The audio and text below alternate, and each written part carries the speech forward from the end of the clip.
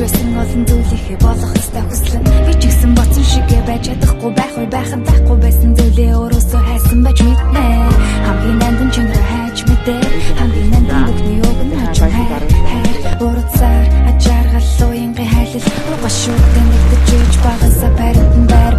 зарим зүйлс байгаагасаа тэсүр заримдаа бүхнийг байгаагаар нь хүлээж авах хэцүү энэ бүхнийг яаж ширхэх хүснээрээ анализ хийн ам бүхтэн биш арга олсон амьд үлдсэн